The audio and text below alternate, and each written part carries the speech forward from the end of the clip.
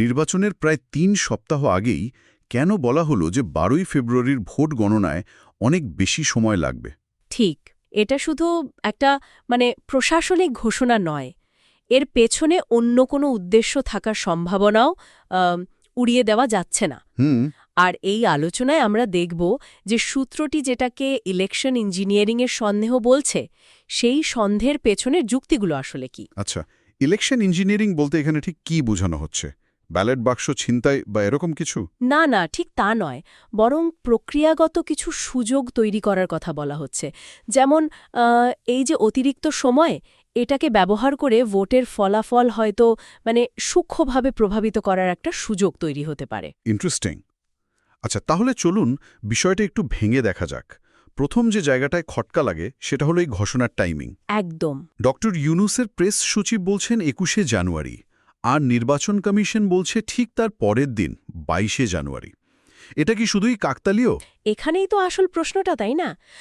Vote পরিচালনার সব তথ্য তো থাকার কথা শুধু নির্বাচন কমিশনের কাছে। অবশ্যই। তাহলে একজন প্রেস সচিব কি করে তাদের একদিন আগেই খবরটা দিয়ে দিলেন যে এটা সম্ভবত একটা, বলতে গেলে পূর্ব পরিকল্পিত ন্যারেটিভ তৈরির চেষ্টা?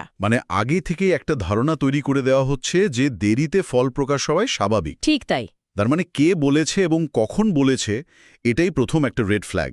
বেশ বেশ ইন্টারেস্টিং। কিন্তু দেরির কারণ হিসাবে তারা কি বলছে? হ্যাঁ, দুটো প্রধান কারণ দেখানো হয়েছে। এক, এবার দুটো ব্যালট পেপার, নির্বাচন আর গণভোট। আচ্ছা। আর দুই, প্রার্থী সংখ্যা নাকি অনেক বেশি। কিন্তু ভিডিওর বিশ্লেষণে তো এই যুক্তিগুলো খণ্ডন করা হয়েছে, তাই না? বলা হচ্ছে গণভোটের ফলাফল তো অনেকটাই অনুমেয়, ওটা গুনতে বাড়তি চাপ পড়ার কথা না। আর প্রার্থীর সংখ্যা? সেটাও।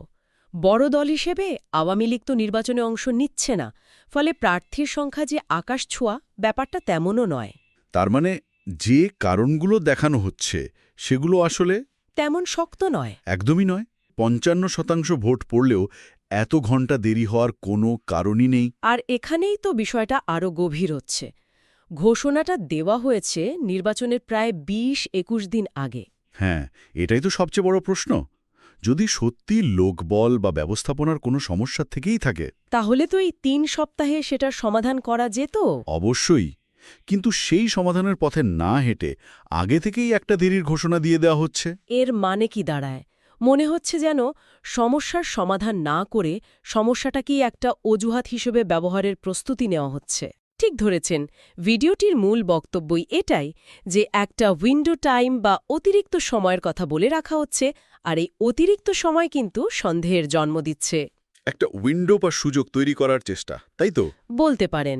তাহলে সব মিলিয়ে ব্যাপারটা কি দাঁড়াচ্ছে? বিএনপির একজন নেতার বক্তব্যও তো উল্লেখ করা হয়েছে। হ্যাঁ, যেখানে তিনি বলেছেন ১২ ঘন্টার বেশি দেরি মানা হবে না, কিন্তু এই ১২ ঘন্টাও কারচুপির জন্য অনেক বড় একটা সময়। অনেক সময়। বড়জোর ২ থেকে ৩ ঘন্টা বাড়তি সময় লাগতে পারে, সেটা মেনে নেওয়া যায়। এর চেয়ে বেশি সময় চাওয়া মানেই হল পুরো প্রক্রিয়াটাকে প্রশ্নের মুখে ফেলে দেওয়া। একদম। আর এই চাওয়াটাই ওই ইলেকশন ইঞ্জিনিয়ারিংয়ের সন্দেহে ঘি ঢালছে আর কি। সুতরাং এই সূত্রটি ভোট গণনার সময় বাড়ানোর বিষয়টিকে একটা বিচ্ছিন্ন প্রশাসনিক সিদ্ধান্ত হিসেবে দেখছে না, বরং এটিকে একটি বৃহত্তর পরিকল্পনার সম্ভাব্য অংশ হিসেবে তুলে ধরছে, যা বেশ কিছু গুরুত্বপূর্ণ প্রশ্নের জন্ম দেয়। নির্বাচন প্রক্রিয়ার স্বচ্ছতা নিশ্চিত করতে এমন আর কোন কোন ছোটখাটো বা কম আলোচিত দিক থাকতে পারে যেগুলোর ওপর হয়তো নজর রাখা জরুরি, কিন্তু সাধারণত রাখা হয় না?